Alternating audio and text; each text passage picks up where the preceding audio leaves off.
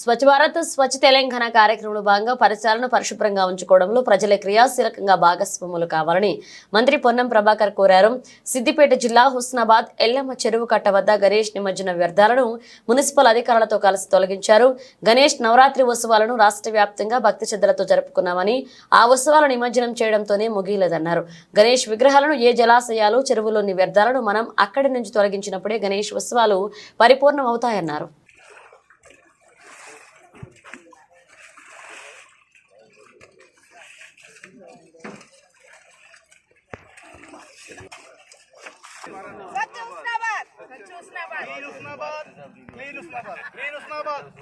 రాష్ట్ర వ్యాప్తంగా గణేశుడి నవరాత్రి వేడుకల్ని భక్తి శ్రద్ధలతో అత్యుత్సాహంగా సాంప్రదాయ పద్ధతుల్లో జరుపుకున్నాం. నవరాత్రుల తర్వాత ఊరేగింపులుగా జరిపి నిమజ్జనం కూడా చేయడం జరిగింది. ఆ ఉత్సవ కార్యక్రమం నిమజ్జనంతో ముగియలేదు.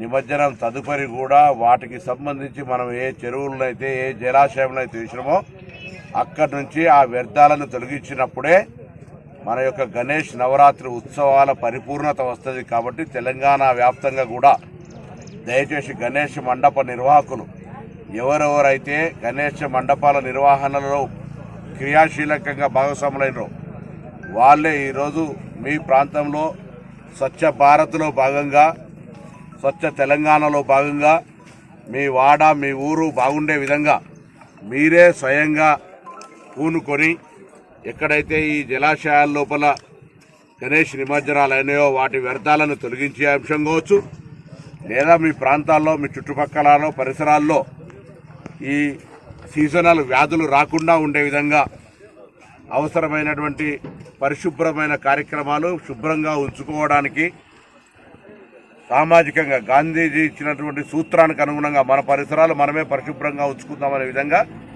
అందరూ కూడా భాగస్వాములు కావాలని తెలంగాణ రాష్ట్ర ప్రభుత్వ పక్షాన్ని విజ్ఞప్తి చేస్తా ఉన్నాను.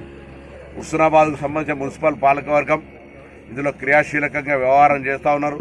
పట్టణ ప్రజలు కూడా అందరూ ఇంక్లూడింగ్ శానిటేషన్ సిబ్బంది కూడా గతంలో అక్టోబర్ నాడు వాళ్ళందరికీ సన్మానం చేయడం జరిగింది. ఆ విధంగా ఇక్కడ స్థానిక ప్రజలు కూడా సహకారం కావాలి. ప్రభుత్వం మాత్రమే కార్యక్రమాలు తీసుకుంటే విజయవంతం అనేటువంటిది కాదు.